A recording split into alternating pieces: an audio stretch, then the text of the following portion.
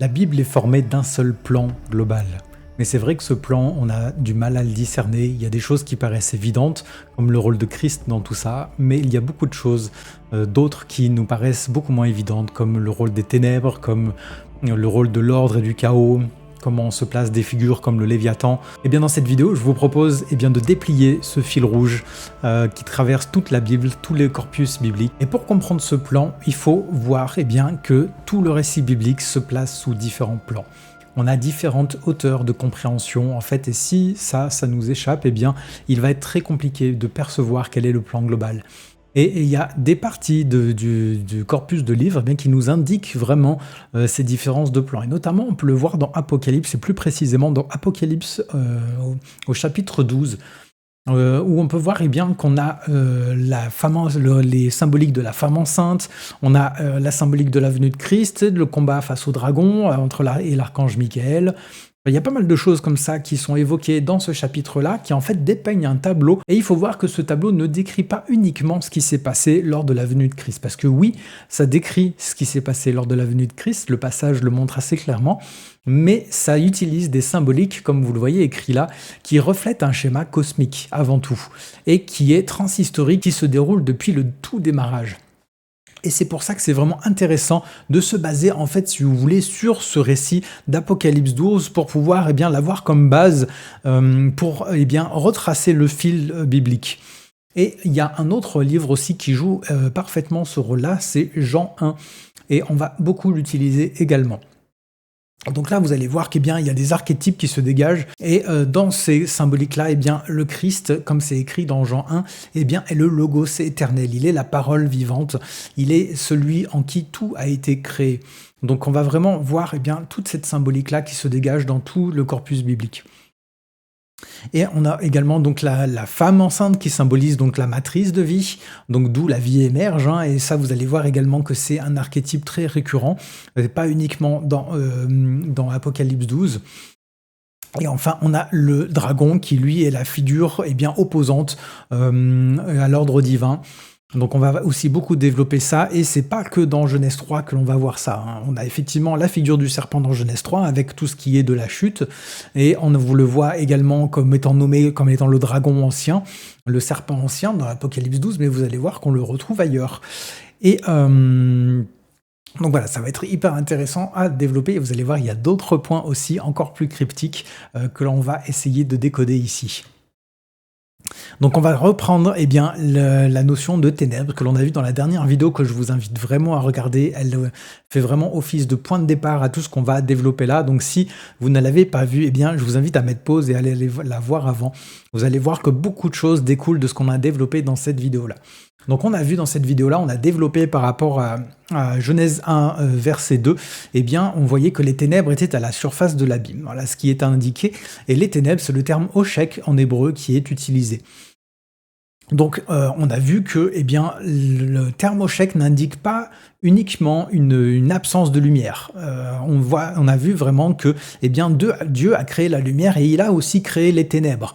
Donc en fait, c'est quelque chose qui existe à part entière. C'est pas juste une absence de quelque chose qui est la lumière. Donc et on voit dans Genèse 1,4 que Dieu, Elohim, sépare la lumière, donc or en hébreu, des ténèbres Oshek. Donc on va avoir vraiment une dissociation qui va être faite entre la lumière et les ténèbres. Et dans Jean, donc beaucoup plus loin dans la Bible, dans le Nouveau Testament, on voit que, en parlant de Christ, en lui était la vie, et la vie était la lumière des hommes. La lumière brille dans les ténèbres, donc là c'est Scotia qui est utilisé pour les ténèbres, mais c'est un équivalent de Oshek en hébreu, et les ténèbres ne l'ont pas saisi. Et là, on commence à toucher du doigt quelque chose d'extrêmement intéressant, parce que c'est le terme katelaben. Alors, je ne sais pas si je le prononce bien, mais en tout cas, c'est un terme qui signifie saisir, attraper, autant au sens figuré qu'au sens propre. Donc, ça veut vouloir dire saisir quelque chose avec son intellect, également dans le sens aussi de l'accepter, mais aussi dans le sens d'attraper physiquement quelque chose. Donc là, vous voyez un peu plus, ça creuse un peu plus la notion. Quand Jean dit que les ténèbres ne l'ont pas saisi, on parle de la lumière. Donc ça indique déjà quelque chose où, il y a quelque chose qui cloche effectivement avec les ténèbres qui sont là depuis le début. Donc c'est ce fameux Oshek. donc qui était à la surface de l'abîme. Donc on va vraiment développer ça. On a un prolongement anthropologique donc au niveau de l'homme. On le voit ça dans Jean 3, où c'est dit « Le jugement, c'est que la lumière est venue dans le monde et les hommes ont aimé les ténèbres plutôt que la lumière. » Donc là, c'est pareil. Il y a une préférence pour les ténèbres. Il y a un refus de la lumière. Donc le refus n'est pas seulement structurel, parce que la structure, on la voit dans Genèse 1. C'est pour ça que d'ailleurs que c'est un langage qui est assez neutre en tant que tel. Il n'y a pas de connotation ni négative ni positive, juste Dieu a séparé la lumière et les ténèbres. C'est un fait. Et d'ailleurs, Genèse 1 est articulé assez globalement de cette manière-là. On a un discours qui est assez neutre, c'est très descriptif finalement de ce qui a pu se passer. Et on a aussi la dimension spirituelle, là, que l'on va voir plus dans Colossiens 1, où c'est dit « Il nous a délivrés de la puissance des ténèbres ». Et là, on commence à percevoir un peu plus ce qui se cache dessous, c'est le cas de le dire. Donc on voit que, eh bien, il y a une puissance, donc c'est le terme exousia qui est utilisé en grec. Et on voit aussi ça dans Luc 22, où c'est dit « C'est votre heure et l'autorité des ténèbres ». Donc là, je vais vous lire le passage en entier. Le passage en entier dans Colossiens, donc c'est lui qui nous a délivrés de la puissance des ténèbres et nous a transférés dans le royaume du Fils de son amour. Donc là, vous voyez qu'on a la puissance des ténèbres et en face de cette puissance des ténèbres, on a le royaume donc de Jésus. Dans Luc 22, c'est dit « Chaque jour, étant avec vous dans le temple, vous n'avez pas porté la main sur moi, mais c'est ici votre heure et l'autorité des ténèbres, la puissance des ténèbres. » Donc vous voyez que là, on a ceux qui viennent chercher Christ, et il leur dit « Chaque jour, j'ai été dans votre temple et vous n'avez pas mis la main sur moi. » Vous voyez qu'on retrouve l'idée de saisir. Et là, ils n'ont pas essayé de le saisir. Mais c'est ici votre heure. Donc c'est maintenant qu'ils vont venir le saisir et la puissance des ténèbres. Donc en gros, là, ils sont accompagnés par la puissance des ténèbres. Donc l'autorité des ténèbres. Et on a d'autres passages qui parlent, eh bien, avec ce même terme exousia, eh bien, des autorités. Donc quand il est question des principautés, des autorités, des trônes, donc eh bien, c'est ce terme exousia qui est mis là au pluriel pour le coup. Donc là, on parle de la puissance globale de toutes ces autorités-là. Et dans l'autre passage où il est question des principautés et des autorités, eh bien là, il est question de toutes ces principautés, ces autorités qui font partie de cette puissance globale des ténèbres. Donc vous voyez qu'on a ici tout un groupe de puissances qui sont là et qui s'opposent à Christ. Et d'après ce que dit Jean 1, eh bien, elles n'ont pas accepté Christ lors de la création. Parce que, pour rappel, les êtres célestes étaient déjà là lors de la création. Ça, on le voit notamment dans le passage où c'est dit que eh bien, les étoiles chantaient des chants d'allégresse. On va le voir un peu plus tard, ce passage-là, plus en détail.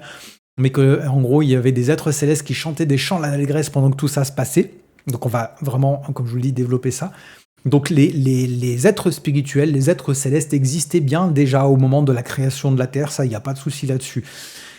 Et on voit eh bien que une partie qui était dans les ténèbres, dans cette partie-là de la création, ça ne veut pas dire qu'ils étaient déjà ennemis, parce qu'attention, les ténèbres ne sont pas ennemis, ne sont pas antagonistes par nature.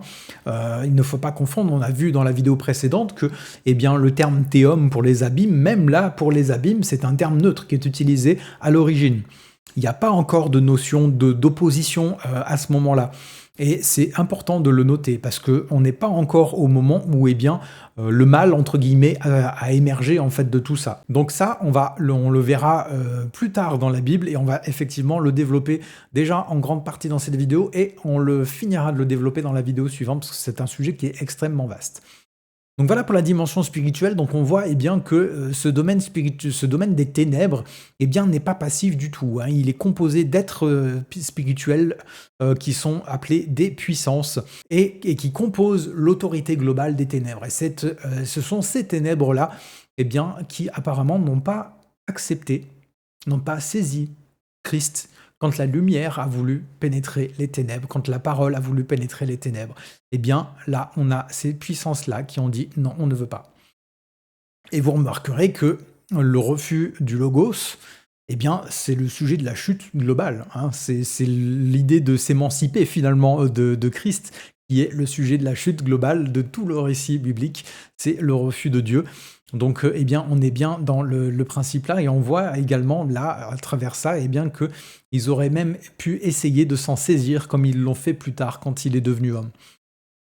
Donc on a déjà cette thématique de vouloir se saisir de lui à ce moment-là. Donc bien évidemment, ça aurait échoué.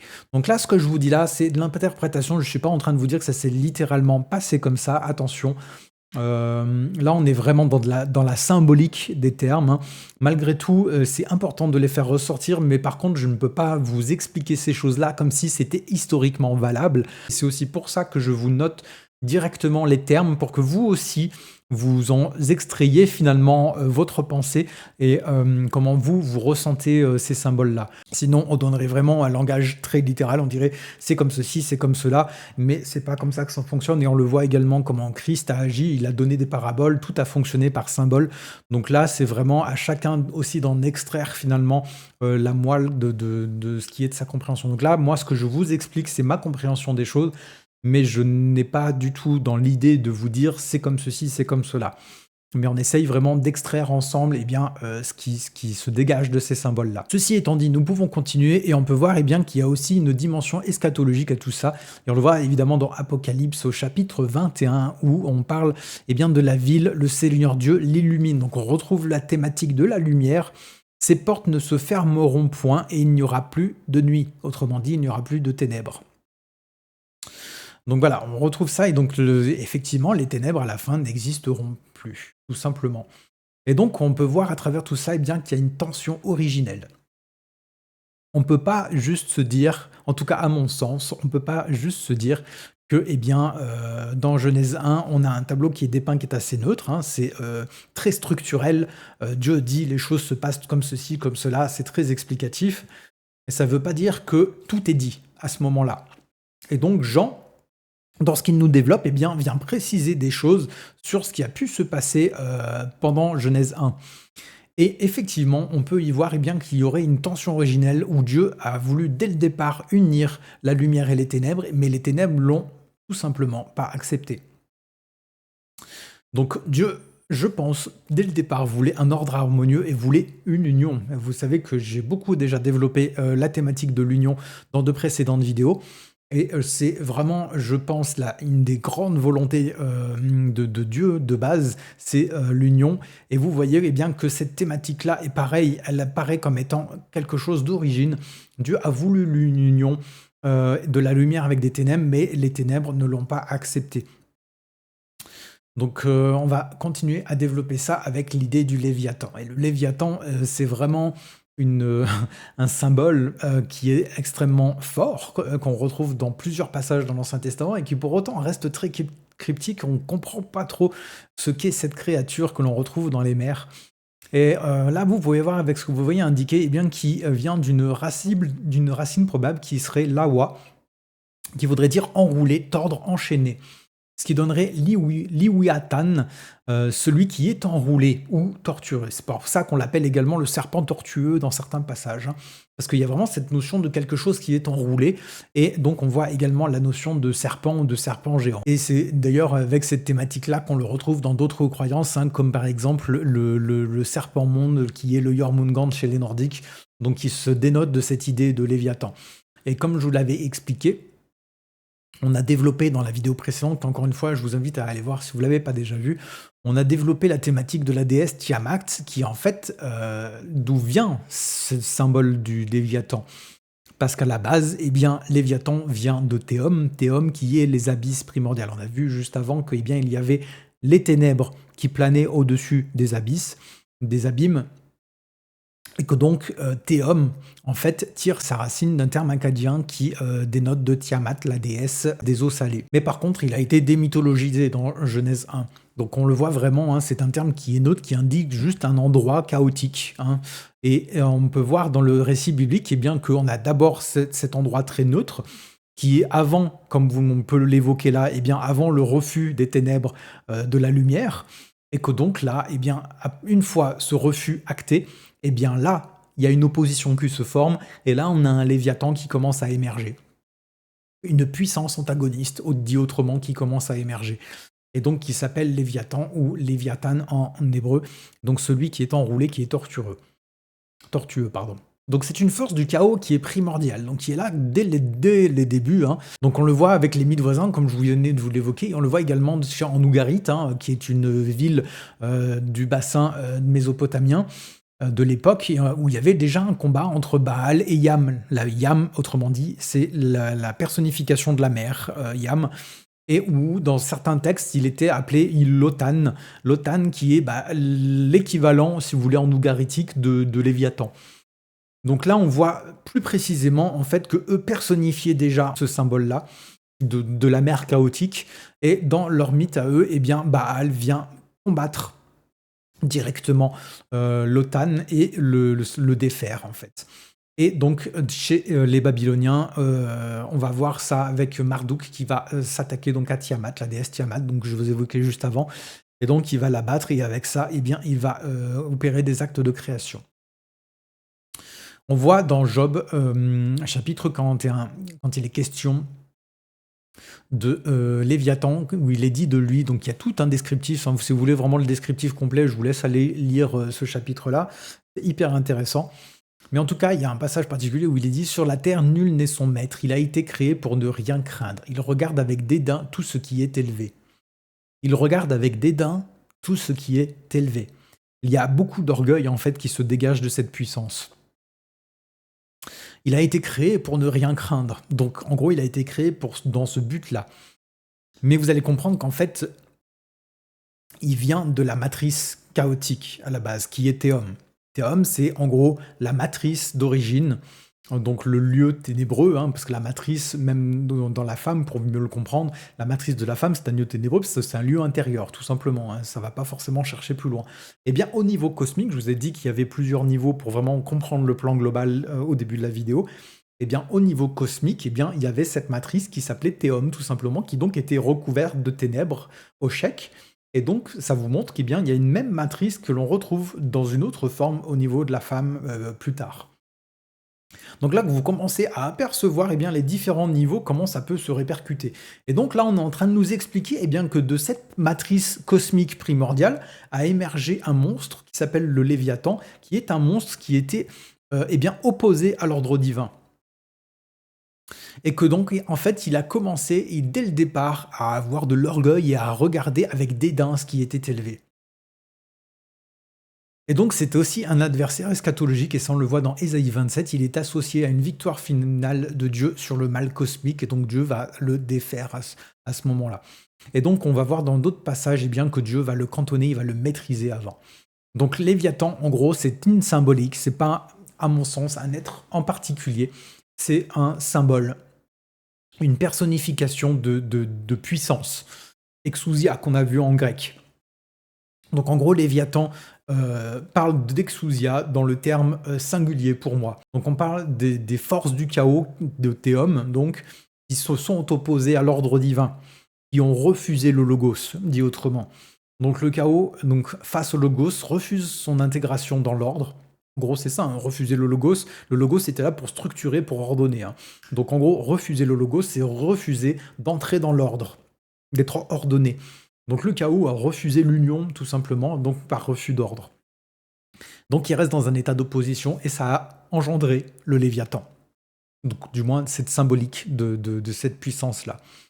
Dans Psaume 104, on peut voir que, il y a une évolution. On voit un peu cette évolution-là. On voit qu'au début, Théum recouvrait la terre au commencement.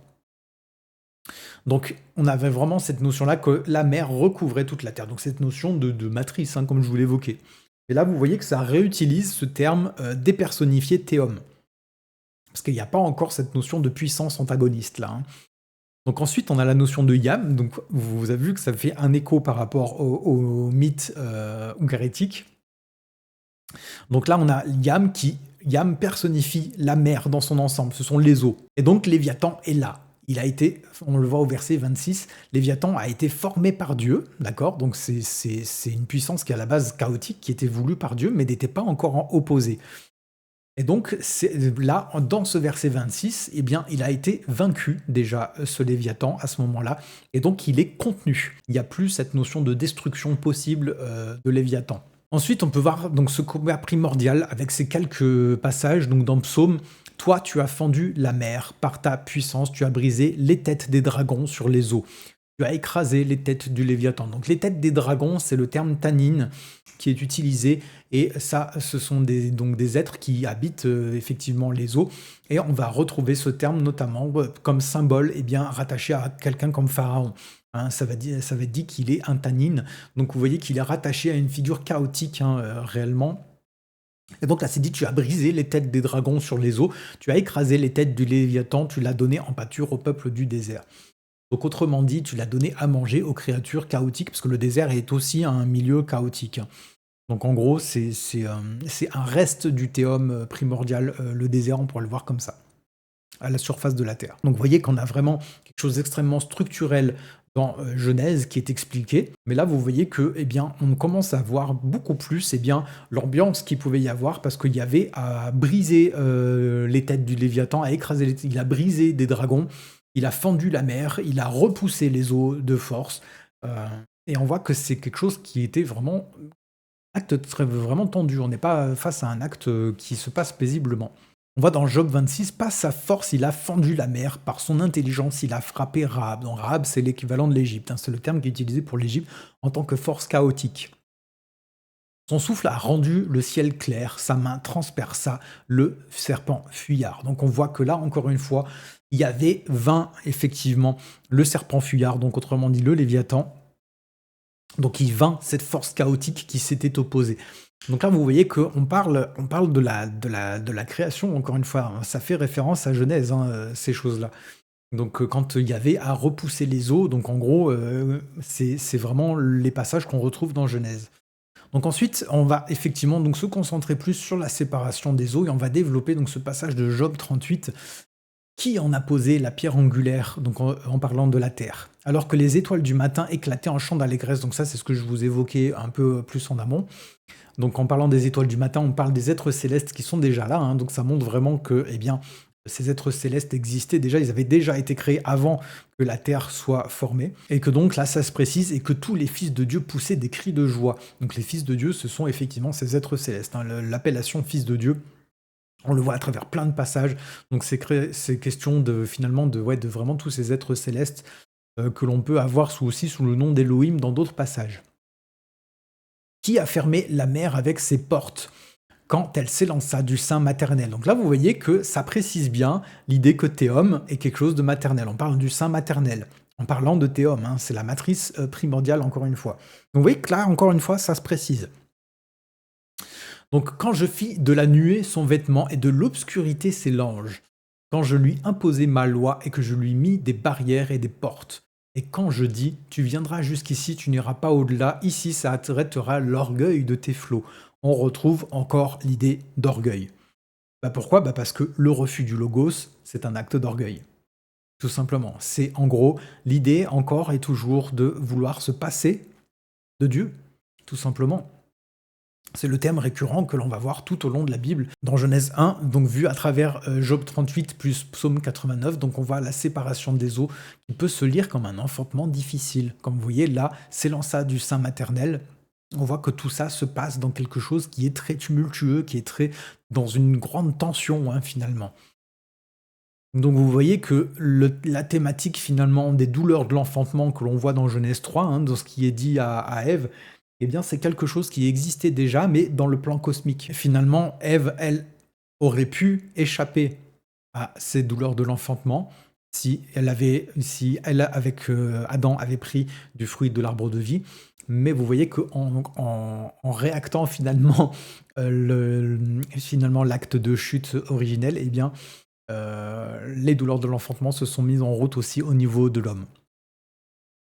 Donc les eaux au-dessus et en dessous, qu'on voit dans Genèse au verset 6 et 7, correspondent dans ce cadre à la matrice qui est ouverte par force. Oui, l'ouverture des eaux, les eaux matricielles sont ouvertes pour pouvoir enfanter finalement le monde visible. Donc parce que les flots qui étaient orgueilleux, n'ont pas accepté que ça se passe paisiblement. Donc là, en fait, on a une séparation. Et vous allez mieux comprendre cette séparation, pourquoi les eaux d'en haut et pourquoi les eaux d'en bas.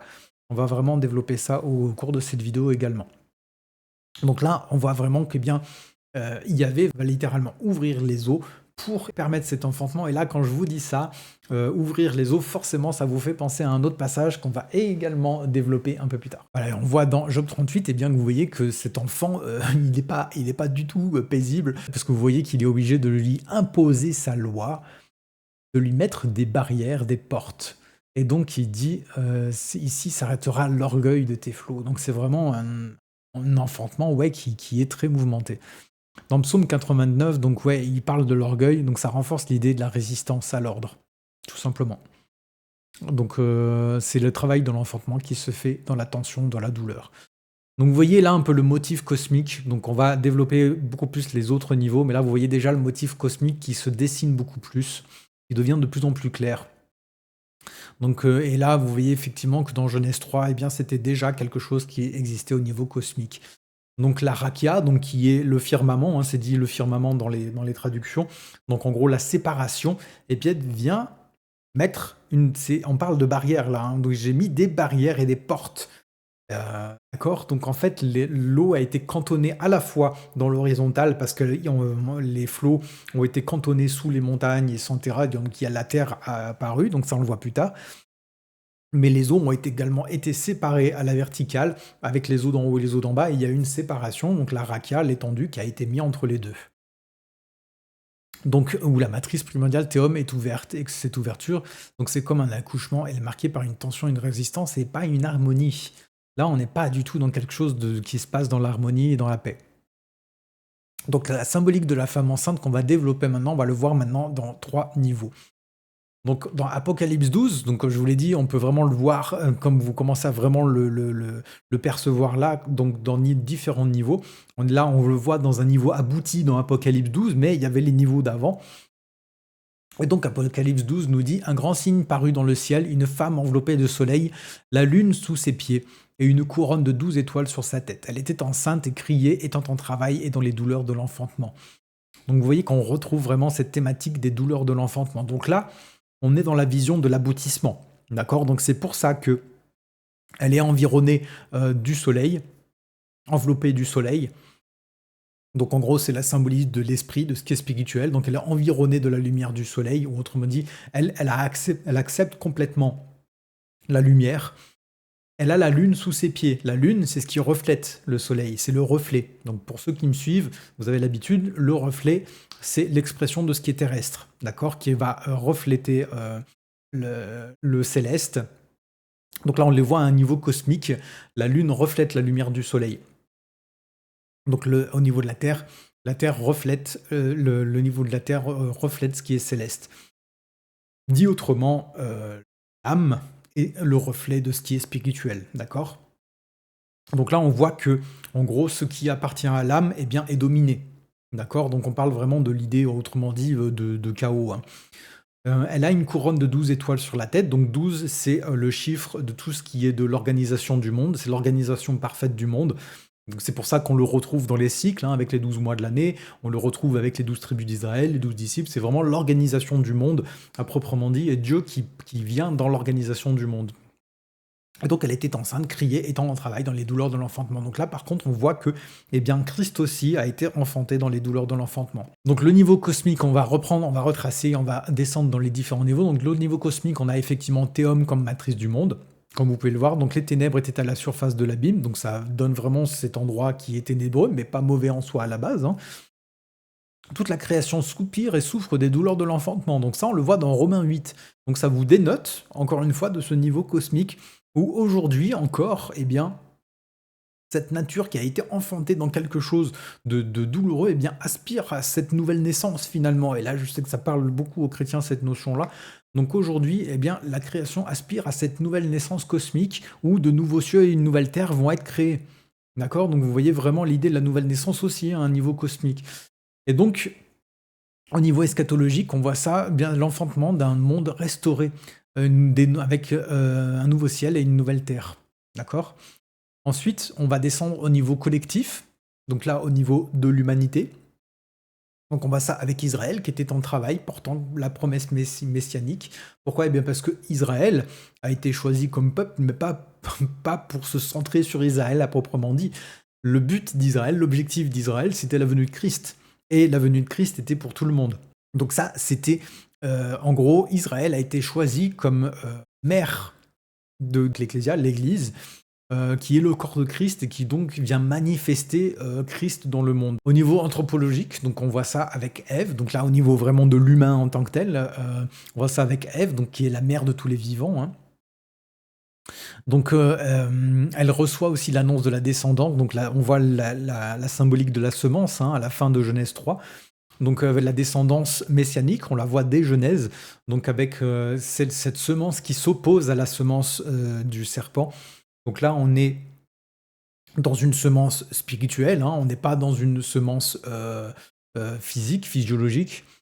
Et donc, on voit ça aussi au niveau messianique. Donc Marie, qui est la nouvelle Ève, va enfanter le Sauveur ici. Donc on voit encore une fois ce symbole de la femme enceinte ici, et on le voit aussi au niveau intérieur, au niveau de l'intérieur de l'humain. Et ça, on va l'effleurer dans cette vidéo-là, un peu dans différents sujets, mais on va vraiment développer ça dans la vidéo prochaine, parce que, eh bien, on est un symbole de transformation intérieure, naître d'en haut. On doit devenir de nouvelles créatures. Donc on est né une première fois de nos parents naturels, et on doit avoir une nouvelle naissance eh bien, en Christ. Donc on voit ça avec ces passages où il dit « Il nous a engendrés par la parole de vérité » et devenir une nouvelle créature dans 2 Corinthiens. Alors je précise que là, encore une fois, on est dans de la symbolique, hein. Il y a plusieurs choses que l'on évoque là, et bien que le texte ne dit pas littéralement. Le texte ne parle pas littéralement d'un niveau psychospirituel, hein, donc il ne faut pas le prendre vraiment comme étant, encore une fois, une description de choses littérales. On est dans de la symbolique. Mais en tout cas, symboliquement parlant, eh bien, on voit que Dieu opère une transformation intérieure, et on va voir que même l'humain au niveau structurel, on verra ça, on va vraiment développer ça dans la vidéo prochaine, eh bien, même au niveau structurel, ça se retrouve au niveau de l'humain. Donc j'en profite d'ailleurs pour vous dire, si vous voulez pas rater les vidéos, n'hésitez pas à vous abonner, hein, si c'est pas fait, et en même temps ça soutient la chaîne. Cette petite parenthèse faite, on va pouvoir continuer, et on va voir bien ça au niveau de la séparation des nations. Pourquoi? Eh bien parce que, eh bien oui, Dieu sépare les nations après Babel. Donc le récit de Babel, je ne vais pas le refaire, hein, je pense que tout le monde le connaît plus ou moins.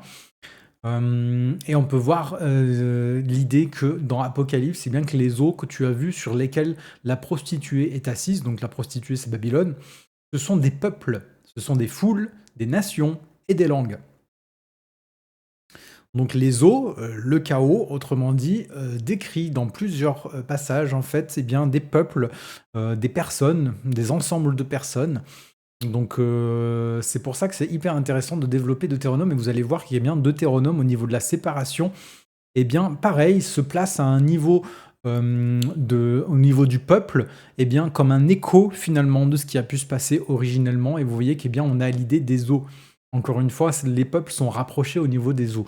Donc vous voyez vraiment comment on peut voir au niveau symbolique, eh bien, que tout est imbriqué les uns dans les autres, et ça aide vraiment à comprendre l'idée globale. Si on ne rapproche pas les symboliques entre elles, qui ne sont pas là par hasard, eh bien, ça va nous échapper. Donc on peut voir là dans Deutéronome 32 qui nous détaille tout ça. Alors il y a juste le petit passage là d'après le nom des fils de Dieu. Donc c'est à la base, dans les traductions nouvelles, eh bien c'est écrit d'après les fils d'Israël. Alors il faut savoir qu'Israël n'existait pas à ce moment-là, donc ça ne peut pas être Israël à proprement dit qui soit cité ici. Et on peut voir d'après eh bien, la version de Qumran, d'après les fragments retrouvés à Qumran, eh bien qu'il s'agissait bien du terme fils de Dieu. Donc autrement dit, c'était les Elohim, donc les êtres célestes dont on parlait au départ. Donc en gros, là, on lit « Quand le Très-Haut donna en héritage aux nations, quand il sépara les enfants des hommes, il fixa les limites des peuples d'après le nombre des fils de Dieu, car la portion de l'Éternel, donc Yahvé, c'est son peuple, Jacob est la part de son héritage. Il l'a trouvé dans une contrée déserte, et là c'est le terme Tohu, comme Tohu Bohu qu'on avait dans le verset du Genèse 1. C'est intéressant. Dans une solitude aux effroyables hurlements. » Là, on commence à comprendre aussi un peu plus certaines choses. Il l'a entouré, il en a pris soin, il l'a gardé comme la prunelle de son œil, pareil à l'aigle qui éveille sa couvée, voltige sur ses petits, déploie ses ailes, les prend, les porte sur ses plumes. L'Éternel seul a conduit son peuple, et il n'avait avec lui aucun dieu étranger. Il l'a fait monter sur les hauteurs du pays, et Israël a mangé des fruits des champs.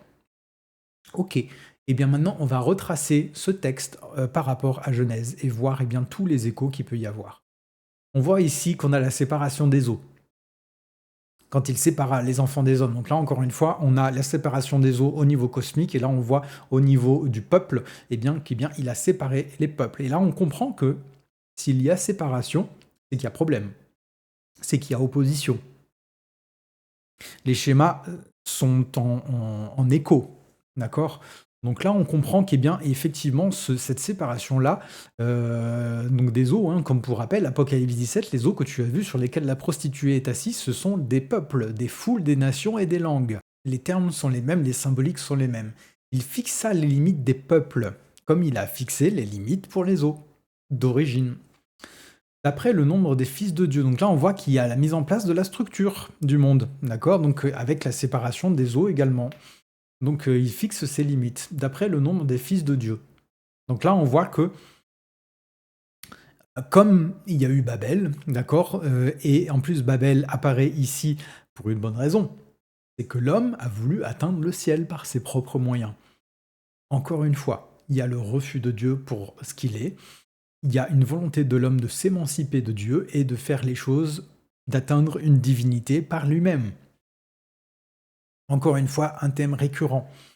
Donc c'est le même schéma qui se reproduit à nouveau ici. Ensuite, il l'a trouvé dans les contrées désertes. Donc la terre, ça renvoie à l'idée que la terre était tohu vabohu. Là encore une fois, un écho à Genèse.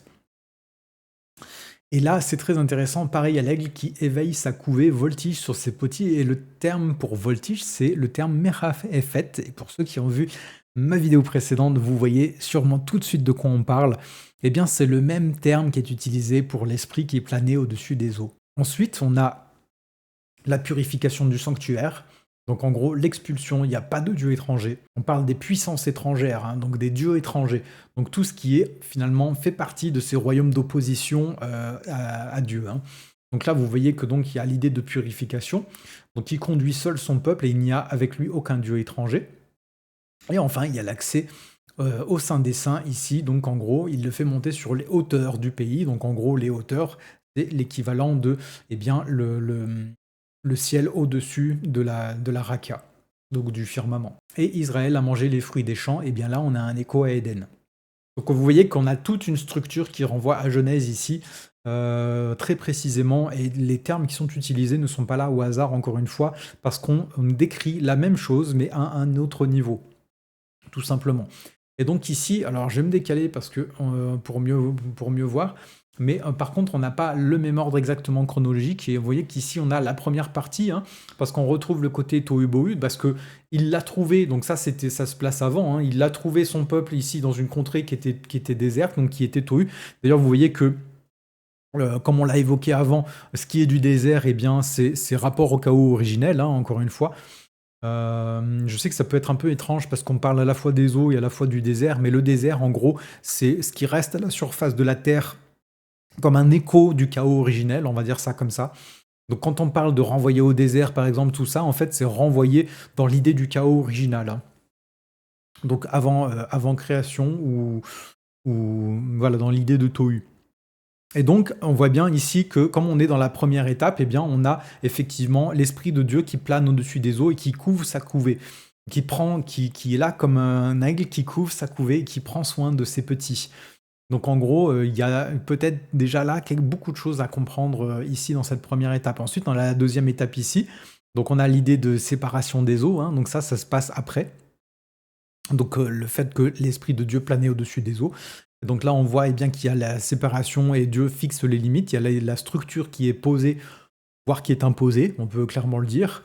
Et enfin, en troisième partie, eh bien, l'Éternel seul a conduit son peuple. Donc là, en gros, il purifie ses sanctuaires et il donne l'accès au Saint des Saints. Ça, c'est l'étape finale. Donc Israël finit par manger les fruits des champs. Donc là, on a vraiment l'idée de retour à Éden. Donc là, imagé avec forcément l'idée de Canaan, au niveau du peuple d'Israël. Voilà, donc vous voyez que ce passage de Deutéronome 32 est vraiment très évocateur de tout ce que l'on développe ici, et on est absolument très loin d'avoir terminé. Donc la prochaine étape, on va suivre le fil d'Israël pour voir le processus de recréation, et on va commencer à voir vraiment que Dieu effectivement fait des processus de recréation. Et on retrouve effectivement à chaque fois ces idées voilà, que Dieu recrée les choses. Et donc là, on voit l'idée du chaos originel avec le fait qu'Israël était en Égypte, était opprimé en Égypte. Donc Rahab, le terme qui est utilisé pour l'Égypte, renvoie directement à une notion chaotique, à une puissance chaotique. Rahab est une puissance chaotique. Ça renvoie donc à cet état informe et vide que l'on pouvait voir dans le chaos primitif, et le fait que les eaux du chaos ont été écrasées, et donc l'Égypte va être écrasée. D'ailleurs, vous l'avez vu, si vous l'avez vu, ma vidéo sur le fait que les dieux d'Égypte ont été jugés, vous comprenez un peu mieux pourquoi. Parce qu'en fait, cette contrée-là incarne un peu cette idée de chaos originel, dans cette oppression, en fait, dans cette gouvernance de ces puissances étrangères, justement.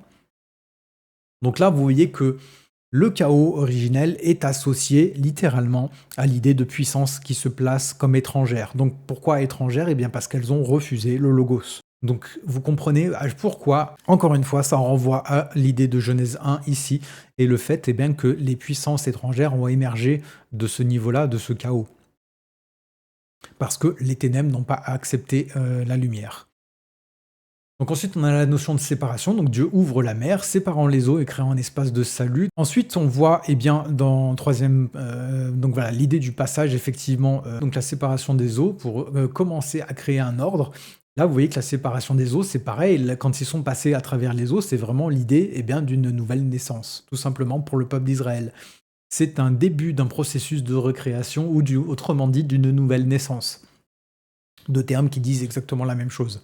Donc il traverse à sec au milieu de la mer, et donc ensuite on voit l'idée de la purification. Donc le peuple doit aller dans le désert, encore une fois, qui est l'écho au chaos primordial, dans une idée de purification. Parce que le peuple ne peut pas retourner au pays promis, donc autrement dit l'Éden, sans passer par un processus de purification. Pourquoi ? Parce qu'ils viennent du chaos primordial. Ils étaient dedans. Donc il y a besoin de purifier le peuple pour qu'il puisse accéder au pays promis. Donc, et c'est pour ça qu'ils ont dû y rester autant de temps qu'il a fallu, finalement, pour qu'ils arrivent au stade où Dieu a jugé que c'était bon, ils pouvaient y accéder. Voilà, donc Dieu forme son peuple, et donc le désert devient l'école de dépendance. Dépendance en opposition évidemment à indépendance, qui est effectivement le sujet d'origine. Et donc c'est ça le processus de purification. Donc ensuite on a à nouveau cette idée de mise en ordre, donc, avec le fait que Dieu va donner la Torah. Donc là on est dans le Tohu Bohu, on est dans le désert, donc le Tohu. Donc c'est ici que Dieu vient mettre en ordre, comme dans Genèse encore une fois. Donc c'est ici que donne la Torah, parce que la Torah c'est ce qui va venir structurer le peuple, comme il a structuré le cosmos avant. Donc ça va être rythmé par des commandements, remplacer le chaos intérieur par sa volonté. Pourquoi ? Parce qu'ici, on n'est pas encore sous la grâce, on est encore Dieu place la loi, parce que on est dans quelque chose où on est dans une opposition frontale de l'homme encore à Dieu. Donc Dieu est obligé d'agir à travers la loi. Et donc là, ça rejoint l'idée de Dieu qui donne la structure. Donc voilà, place des luminaires, les saisons, tout ça. Donc il y a vraiment tout qui est structuré au fur et à mesure. Donc dans ce processus de recréation, vous voyez les échos. Donc ensuite, le peuple va rentrer dans le nouvel Éden, donc autrement dit Canaan. Donc le pays où ruisselle le lait et le miel, donc c'est vraiment les symboliques rattachés à Éden, donc vous le voyez bien. Donc on est dans l'idée d'abondance, et ça, spirituellement parlant, ça renvoie, ce sont tous des échos à Éden. Et donc, comme dans Genèse, le monde se remplit de vie et devient une bénédiction pour l'homme. Donc ça devient une terre d'abondance. Et enfin, derrière, quand ils sont rentrés dans ce pays-là, ils rentrent dans leur mission sacerdotale. Donc en gros, ils deviennent un royaume de prêtres, une nation sainte, et donc ils deviennent porteurs de la présence de Dieu pour les nations. Donc l'homme est placé dans l'Éden pour cultiver, le garder et représenter Dieu dans la création. Donc vous voyez encore une fois les différences de niveau. Donc vous voyez que Dieu refaçonne le peuple pour qu'il puisse après amener Christ, enfanter de Christ. Donc vous comprenez vraiment le processus qui est placé ici. Et vous comprenez pourquoi ça ne s'est pas fait du jour au lendemain. Parce que ça dépendait vraiment du peuple en lui-même et de tout ce qui l'entourait, de toutes les menaces des dieux étrangers. Donc on est vraiment dans des enjeux spirituels bien avant d'être dans des enjeux humains, hein, de guerre, etc. On est vraiment dans une guerre spirituelle. C'est pas tout le récit de l'Ancien Testament dénote de cette guerre spirituelle face aux entités étrangères, face aux dieux étrangers. Et vous comprenez que c'est une guerre qui date de bien avant au niveau cosmique. Donc ensuite, on va développer la clé. S'il devait, à mon sens, y avoir une clé de compréhension de tout le récit biblique, eh bien, c'est le temple. Vous allez voir que c'est étonnant à quel point on comprend beaucoup de choses à travers la structure même du temple et que tout a été fait pour une raison bien précise. Donc on voit dans Hébreux 8.5 un culte, une image et ombre des choses célestes. Vous voyez image et ombre des choses célestes. C'est le reflet, c'est ce qui se reflète, donc l'image, c'est ce qui se reflète des choses célestes dans le temple. Donc le culte qui se plaçait dans le temple. Selon comme Moïse en fut divinement averti lorsqu'il allait construire le tabernacle. Et soin, lui fut-il dit de faire tout d'après le modèle qui t'a été montré sur la montagne.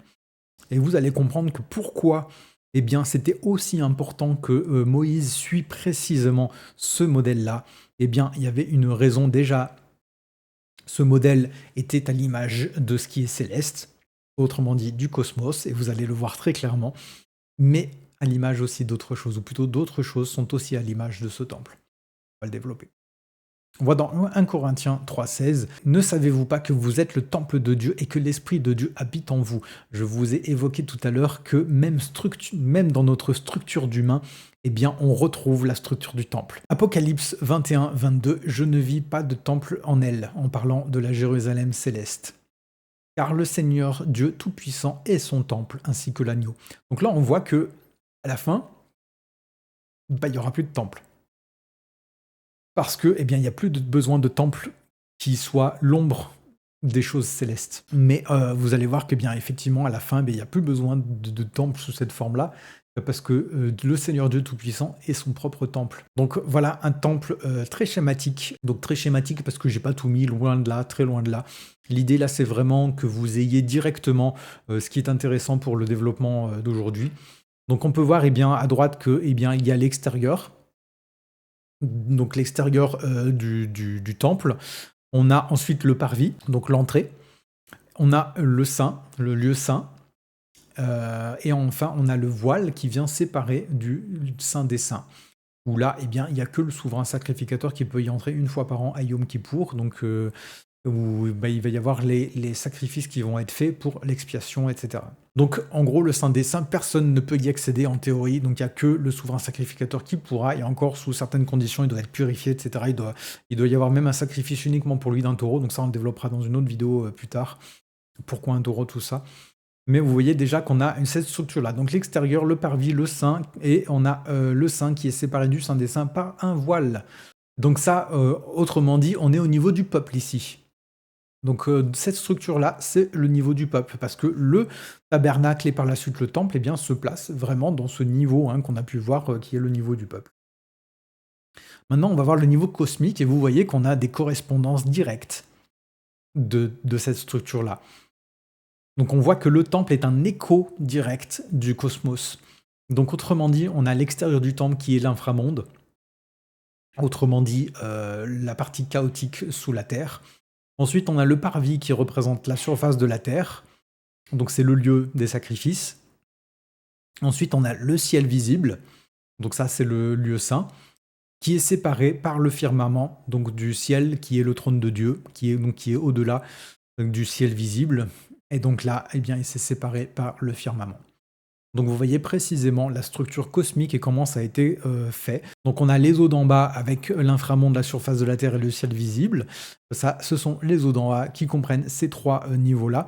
Et ensuite on a les eaux d'en haut avec le ciel, trône de Dieu, qui est séparé par le firmament. Et vous voyez que bien, ça rejoint l'idée du Saint des Saints qui n'était pas accessible uniquement que par le souverain sacrificateur une fois par an. Donc où il fallait traverser le voile. Voile qui, je vous le rappelle, sera déchiré à la venue de Christ, parce qu'il n'y aura plus besoin de ça. Et enfin, on peut voir un dernier niveau qui est celui de l'homme à proprement dit. Et là, ça devient extrêmement intéressant pour nous tous de comprendre tout ça. Pourquoi? Parce qu'on a l'extérieur du temple qui est notre âme inconscient, l'inconscient. Donc, tout ce qui dirige notre vie, hein, parce qu'il y en a qui disent eh bien, que 95% de notre vie est dirigée par notre inconscient. Donc, ça donne un peu la tendance de l'idée. Donc, autrement dit, beaucoup de choses qui dirigent notre vie eh bien, sont dirigées finalement par cette partie-là. Ensuite, on a la surface de la Terre, donc, qui est la partie de l'âme consciente. Ensuite, on a le sein ou le ciel visible, qui est la partie de l'esprit qui s'éveille. Donc ça, c'est la partie de l'ancienne alliance. Pourquoi? Parce que c'est à travers les sacrifices qui se passent au niveau de l'âme consciente qu'on peut accéder, que l'on accède au sein. Donc les sacrifices permettent d'atteindre un esprit un éveil. Et enfin, il n'y a que le sacrifice du souverain sacrificateur qui permettra d'accéder au sein des saints. Et enfin, eh bien, quand Christ va venir déchirer le voile, eh bien, on aura un esprit uni. Et pourquoi l'idée d'union? Parce qu'en fait, on a accès à nouveau au Père. Donc on a accès au sein des saints, dans le temple que nous sommes, le temple du Saint-Esprit. Et c'est pour ça que le Saint-Esprit peut venir habiter en nous, eh bien parce que le voile est déchiré. Donc en gros, notre esprit peut s'unir à nouveau, notre esprit qui est éveillé peut s'unir à nouveau à Dieu. Donc en gros, l'idée ici, c'est que vous voyez qu'on a le niveau de l'âme consciente, donc ça, on l'atteint sur le parvis. Pourquoi? Parce que quand on est à l'extérieur du camp, on est soumis aux puissances étrangères. Donc en gros, il y a une puissance d'aveuglement qui est là, une puissance de ténèbres, dit autrement. Donc il y a un aveuglement qui est là. Donc les personnes qui se trouvent dans ce niveau-là, en gros, ne peuvent pas voir Dieu pour ce qu'il est. Ensuite, on rentre dans l'idée de l'âme consciente. Et bien là, il y a comme une prise de conscience qui est là, qu'en fait, les choses peuvent se passer autrement. Donc, ça demande un acte volontaire qui est l'acte du sacrifice qui doit se placer là. Donc, vous voyez dans l'image d'ailleurs d'arrière-plan où il y a l'autel des holocaustes, donc qui est sur le parvis. Ensuite, on a le sein, donc les sacrifices se passent sur le parvis. Ensuite, on a le sein, donc là c'est le ciel. D'ailleurs, il y a plusieurs symboliques qui se placent dans le sein qui renvoient à l'idée du ciel, hein, comme notamment les différentes menorahs qui sont là. Donc autrement dit, les chandeliers à 7 branches qui rejoignent les lumières que l'on peut voir dans le ciel. Hein. Donc 7 étant la plénitude divine. Donc on est vraiment au niveau cosmique. Et ça dénote de ça. Mais par contre, c'est le ciel visible parce qu'on a l'idée des étoiles qui sont visibles là. Donc vous voyez que c'est vraiment tout cohérent dans la symbolique ici. Et enfin, on accède au ciel que l'on ne voit pas, qui lui est le trône de Dieu, qui donc est le Saint des Saints, qui est caché par le firmament ou par le voile. Et donc là, c'est l'idée vraiment d'union qui n'est accessible que par Christ. Voilà donc le schéma, et vous voyez à quel point le temple devient une clé de lecture en fait de tous ces niveaux que l'on peut voir dans la Bible, et pour mieux comprendre toute la structure finalement de la Bible. Et donc vous voyez à travers ça que l'homme a un chaos en lui. L'homme a une partie théum en lui. Donc ça, on le développera dans la vidéo prochaine beaucoup plus en détail. Mais vous commencez à voir pourquoi c'est aussi important pour moi de comprendre la structure même de l'homme, la structure spirituelle de l'homme, pour voir toutes ces symboliques émerger également. Et donc, on peut voir que Jean est Apocalypse, donc on va faire une petite synthèse de tout ça. Donc là, vous voyez en arrière-plan une image symbolique de la Jérusalem céleste. Donc on voit que Apocalypse 12 en fait va plus loin que nous décrire la venue de Christ et les enjeux spirituels autour de la venue de Christ. Bien sûr, ça décrit ça, mais ça décrit ça avec tous les échos des autres plans jusqu'à Genèse. D'ailleurs, c'est très intéressant quand on lit le passage de 1 Corinthiens 10, 11, où c'est dit « Ces choses ont été écrites pour notre instruction, à nous sur qui la fin des âges sont arrivés. » Donc Paul emploie une formule plurielle, ce qui évoque une convergence, en fait l'aboutissement de plusieurs âges vers un temps présent. Et j'ai l'impression que ça dénote de ce que je vous explique. De tous ces niveaux de lecture finalement, de Genèse avec un niveau cosmique, ensuite un niveau plus au niveau du peuple, un niveau plus anthropologique. En fait, tous ces niveaux-là, en fait, ont convergé, tous ces âges-là, tous ces temps-là, en fait, ont convergé là à nous sur qui la fin des âges sont arrivés. Et donc on voit effectivement dans Apocalypse 12 eh bien, qu'il y a cette thématique du serpent qui est vaincu, du serpent ancien qui est vaincu, qui est projeté à terre, etc. Et en fait, oui, là on est dans le cadre précis de la venue de Christ, mais en fait Christ est aussi venu dans Genèse. Christ étant le Logos, il est venu. À ce moment-là, Christ, vous voyez qu'il y a aussi eu les douleurs de l'enfantement de la femme enceinte à ce moment-là, etc., etc. Donc effectivement, on a une version de l'aboutissement de tous ces processus-là que l'on voit dans Apocalypse 12. Mais vous voyez bien que, à mon sens, eh bien, ça dénote de ce plan global que l'on voit à différents niveaux, il y a à différentes échelles et à différentes époques aussi. Donc ces différents temps, finalement, temps qui ne sont pas définis comme des temps qu'on connaîtrait en termes d'années ou peu importe. Donc en gros, pour moi, effectivement, la Bible ne raconte il n'y a qu'un seul fil rouge tout au long. Et effectivement, oui, c'est plein de livres qui se succèdent, qui ont différents auteurs, etc. Mais en fait, on parle tout le temps de la même chose. Vous voyez, de ces symboliques qui reviennent, qui sont là. On a toujours ce plan de réconciliation, donc avec les alliances, la loi, les prophètes, la prêtrise, jusqu'à l'incarnation du Logos, le voile qui se déchire, on a vu ça dans les autres plans, etc. etc. Jusqu'à que Christ dise, vous êtes vous-même le temple. Donc on a vraiment, vous voyez, comme un effet entonnoir finalement, jusqu'au moment où tout va redevenir aussi cosmique, parce qu'on aura une recréation du cosmos également avec les nouveaux cieux et nouvelles terres. Voilà, donc ça vous donne un peu une image globale. Dans la prochaine vidéo, on va vraiment développer un autre niveau en tant qu'humanité. Je vais vraiment développer ça, on va reprendre la structure du temple, on va redévelopper l'idée du Léviathan, mais à notre niveau, l'idée voilà, de toute cette idée de chaos. On va développer la structure. Pourquoi la structure même physique de notre corps dénote de cette idée de temple. Vous allez voir que c'est hyper intéressant à voir, ça se voit même dans la structure de notre corps, et bien que nous sommes le temple. Nous sommes faits pour être un temple.